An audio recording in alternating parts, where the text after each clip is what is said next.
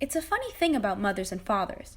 Even when their own child is the most disgusting little blister you could ever imagine, they still think that he or she is wonderful. Occasionally, one comes across parents who take the opposite line, who show no interest at all in their children, and these, of course, are far worse. Mr. and Mrs. Wormwood were two such parents. They had a son called Michael and a daughter called Matilda. And these parents looked upon Matilda as nothing more than a scab.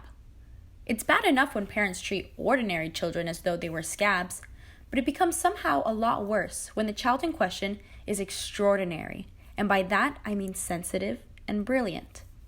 Matilda was both of those things, but above all, she was brilliant. Her mind was so nimble, and she was so quick to learn that her ability should have been obvious, even to the most half-witted of parents. But Mr. and Mrs. Wormwood were both so wrapped up in their silly little lives that they failed to notice anything unusual about their daughter. By the age of 1.5, her speech was perfect. By age 3, she had taught herself to read by studying magazines lying around the house.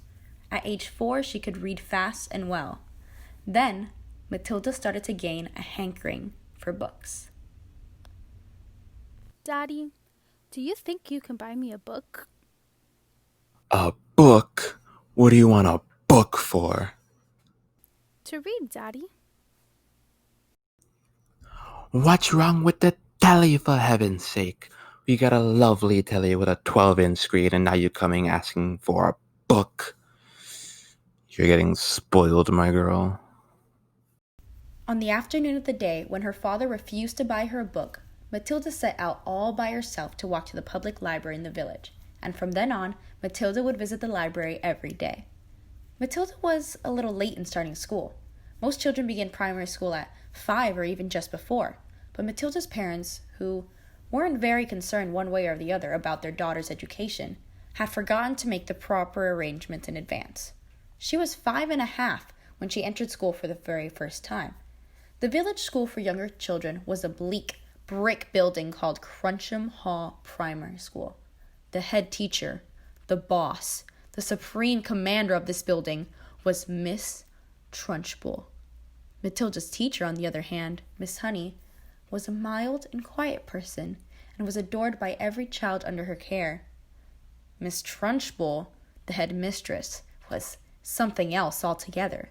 She was a gigantic holy terror, a monster who frightened both teachers and students.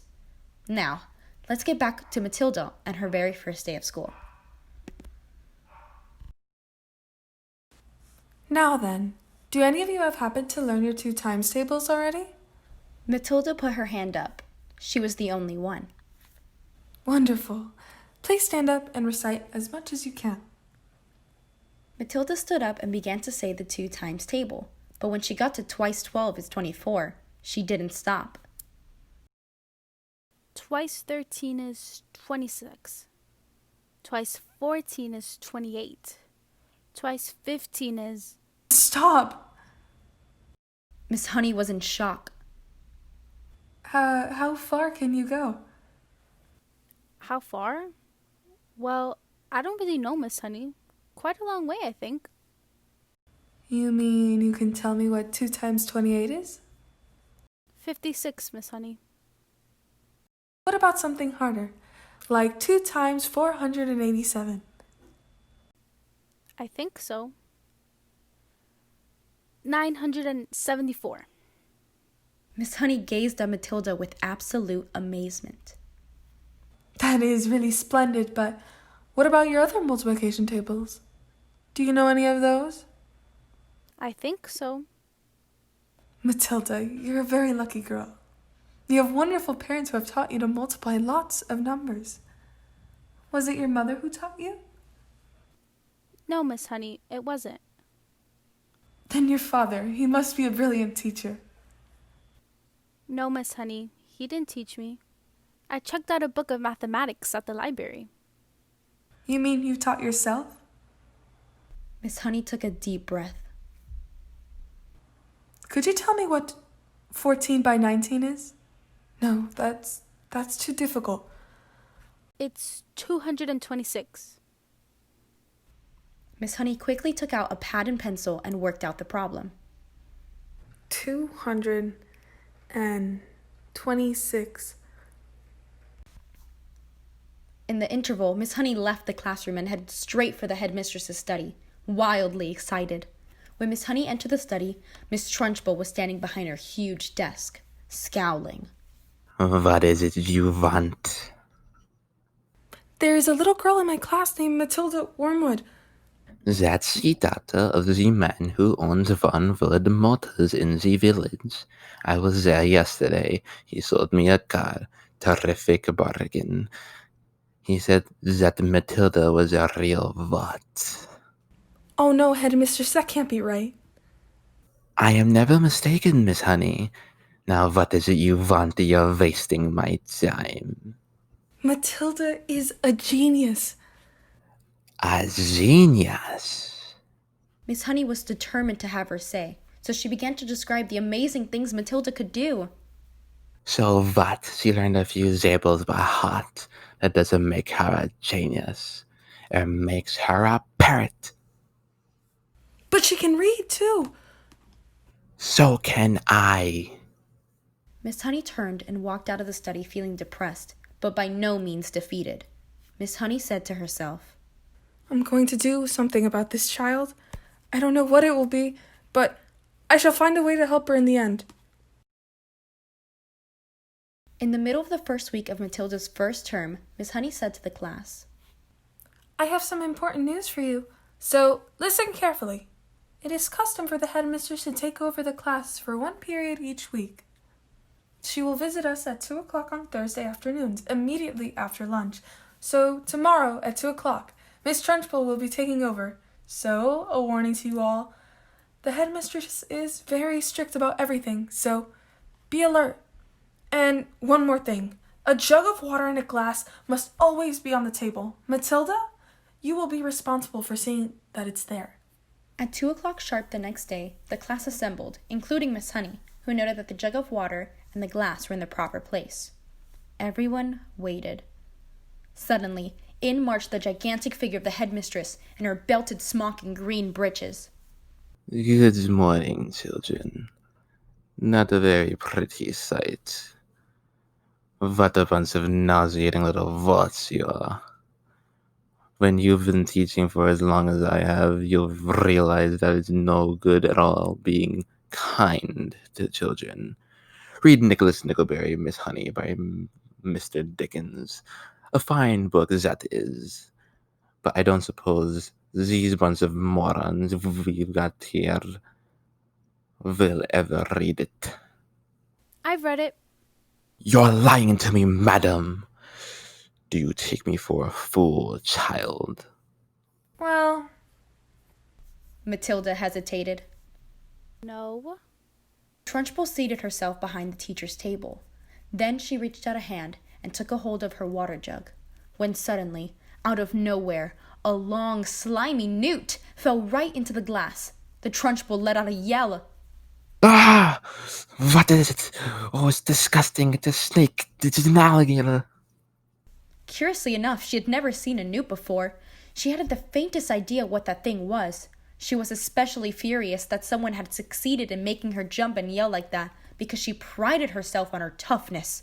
The fires of fury and hatred were smoldering in her small black eyes.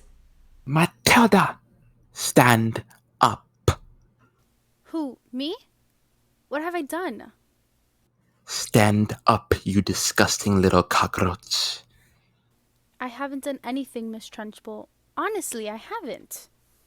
You are vile, repulsive, repellent, malicious little brute who ought to be behind bars. I did not do it. Oh, yes, you did. You put a crocodile in my drinking water. But I'm telling you. I'm telling you to shut up. Matilda slowly sat down. Oh, the rottenness of it all! Matilda felt herself getting angrier and angrier. Matilda's eyes were riveted on the glass. And now, quite slowly, something began to creep over Matilda. A most extraordinary and peculiar feeling. The feeling was mostly in her eyes. A kind of Electricity seemed to be gathering inside of her. She kept her eyes steady on the glass and began to concentrate. It felt as though millions of tiny little invisible arms with hands were shooting out of her eyes toward the glass she was staring at. Matilda whispered to herself, Tip it, tip it, tip it over. She saw the glass wobble. Tip it over, tip it over. Suddenly, the glass tipped over. The headmistress let out a yell. Ah! The headmistress looked down and saw the newt resting on her chest. With a swipe of her hand, she sent the creature flying across the room. It landed on the floor and scurried away. The Trunchbull was angrier than ever. Who did it? Who pushed over this glass? Everyone remained silent. Matilda, I know it was you. In total calmness, Matilda spoke. I have not moved away from my desk, Miss Trunchbull. None of the children did. I am fed up with you, useless bunch of maggots. And with that, she marched out of the classroom, slamming the door behind her. I think we've had enough school for today. The class is dismissed. Matilda did not join the rush to get out of the classroom. She remained at her desk, quiet and thoughtful. She knew she had to tell somebody about what happened with the glass. In the spur of the moment, Matilda decided to tell Miss Honey.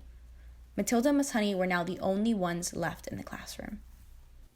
May I talk to you for a moment? Of course you may. What's troubling you? Something very peculiar has been happening to me. I want to talk to you about the glass of water. You saw it spilling over Miss Trunchbull, didn't you? I did?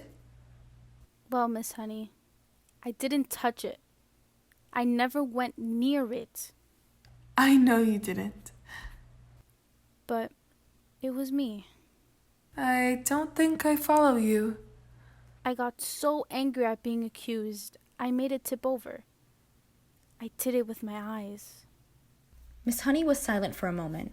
She did not think that Matilda was meaning to tell a lie. Do you think you can do it again? I think so. Miss Honey put the glass back upright. Matilda focused on the glass once more. Now, she concentrated the whole of her mind and her brain much more quickly this time. And without making any sound at all, she kept on shouting inside her head for the glass to tip over. She saw it wobble, then it tilted and toppled right over. Miss Honey's mouth dropped. It's not possible. I don't believe it. Miss Honey began to gather herself. Would you like me to walk you home? Matilda and Miss Honey left the school together and began walking.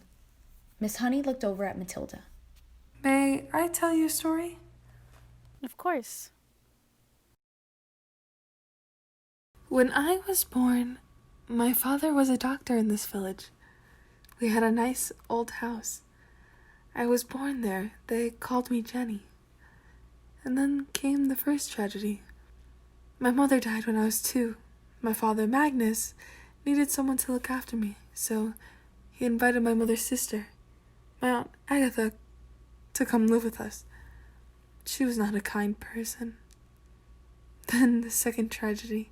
When I was 5, my father died very suddenly, so I was left alone with my aunt. My life was a nightmare. In the distant future, when I got my teaching job, I came across a tiny cottage. It became my home. I assume that this nasty aunt still lives in your lovely old house? Very much so. To make matters worse, she's a respected figure in the teaching community. Who is she? Miss Trunchbull. Matilda was so shocked she couldn't speak. But when she was about to, they reached her home. Miss Honey said her goodbyes. She told Matilda that she had not forgotten about her special gift and that she should practice more. Matilda agreed and entered her empty home. Matilda began to practice with objects around her house. Just like math and reading, her powers came very easy to her. Soon she was able to push and lift any object. Matilda started to develop a plan. Then came Thursday. After lunch, the class assembled, and in came the giant, angry Trunchbull. I'm glad to see that there's no slimy creatures in my drinking water this time. Immediately, Miss Trunchbull decided to torment the class. She forced the kids to recite the 3 times tables backwards and threatened them if they were not able to do so. As she taunted the children, from the corner of her eye, she noticed a piece of chalk hovering near the blackboard. What in the blazes is this? Who's doing this? The chalk slowly began to write out the words, "Agatha, this is Magnus. Give my Jenny back her house." Miss Trunchbull's face turned white. "If you don't, I will come and get you. I am watching you, Agatha." The chalk stopped writing and dropped to the floor. Miss Trunchbull ran out of the room screaming. Ah! And with that, the class rejoiced. Miss Honey watched as Miss Trunchbull fled and looked back at Matilda, sitting with her arms perfectly folded, smiling. The next day, Miss Trunchbull did not return back to school. One of the teachers went to check on Miss Trunchbull in her home, but there was no answer. She just vanished. Miss Honey moved back in her rightful home, and Matilda visited often. With permission from Matilda's parents, who were now in a hurry to leave the country due to her father's crooked business, Miss Honey was allowed full custody of Matilda, and together, in each other's arms, watched as the Wormwood's car round the corner at the end of the road and disappear into the distance. The end.